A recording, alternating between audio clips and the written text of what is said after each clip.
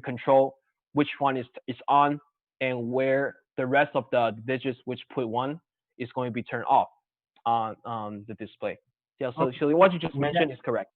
if I want to use four of them, I have to turn off four of them. Like I have to assign zero for four of them whenever when I run my code. That way I can. Exactly. Yeah. hmm Again, go ahead. No, I'm good. I'm good. Okay. Professor, Yeah. I So mean, so Samson. yeah. So like I mentioned, if you put zero, if you put 40 into the PTP, that basically light up or say turn on all the 7 segment display. And because they're all being controlled by port B, so they'll be displaying the same number. Okay? Right. So just one time. Right. Should be making sense. Should be making sense, right? Yes, it makes Uh, sense. Samson. So if I wanted to like uh so if I wanted to turn on the one all the way to the left, that would be PTP 3 Yes. or Oh, 0. I mean, That's you 3, mean right? the one to the most of the left, right? On your Yeah. board. It's So that'll 3 be or 0. PTP 0. It's 0. Okay, thank you. Mm-hmm.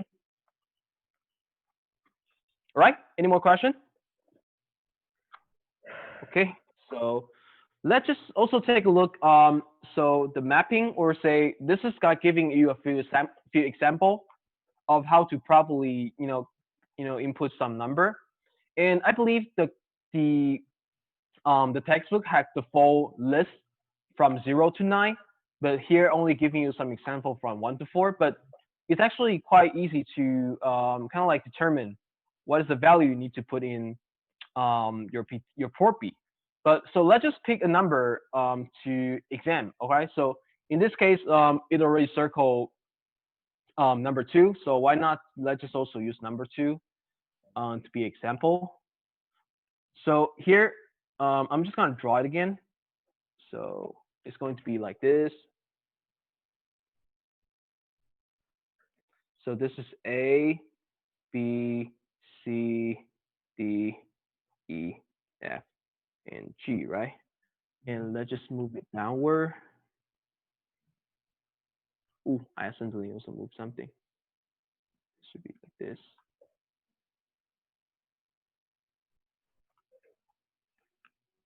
Okay, just a second to move it down. Okay, here. So if you want to display a 2, which we can imagine is going to be look like this, right? Something like this, right?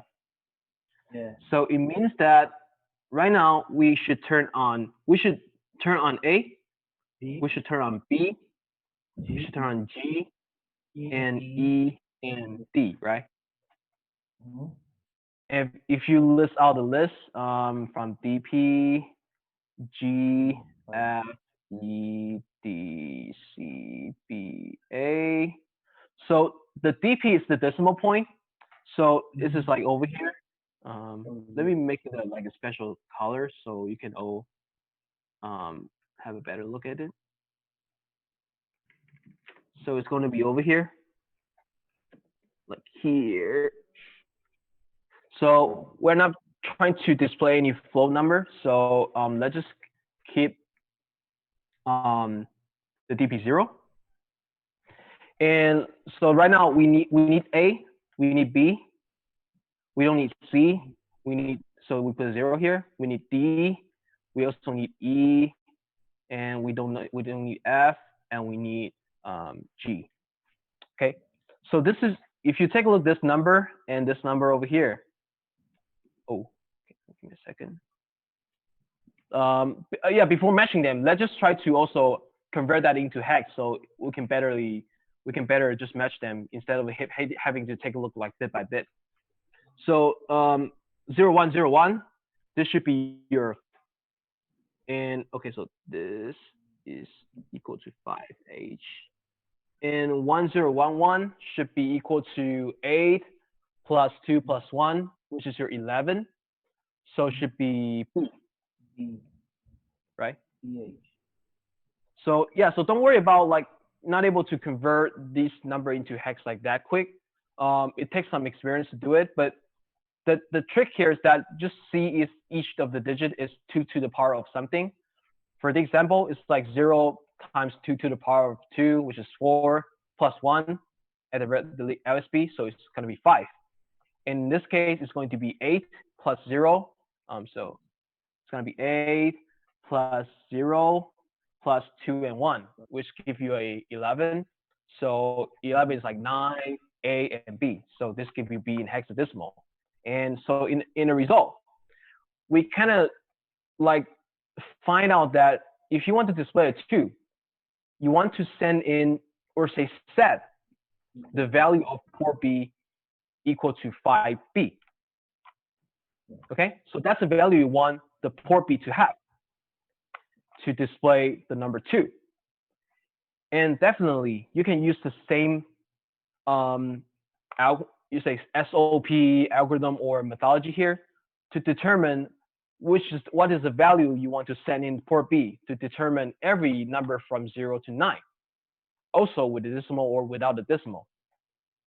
Okay, so I'm not going to go through all of the number because I think that is we already like take a look at the overall procedure of how to doing it. And if you follow it closely, you should be able to do all the number by yourself, right? Following this simple step. So first, you kind of like find out like okay, first and second and third over here. Okay, you find out, you basically draw the layout, you find out which bit need to be turned on, and then you convert that into a hex number. Okay, what? Any question? I have a question. Yeah. So is it mandatory to change our binary to a hex value in order for us to put the content on port B? So no. So you can actually just using decimal Binary? value when you assign it. Oh, I mean binary to assign it, but Binary, yeah.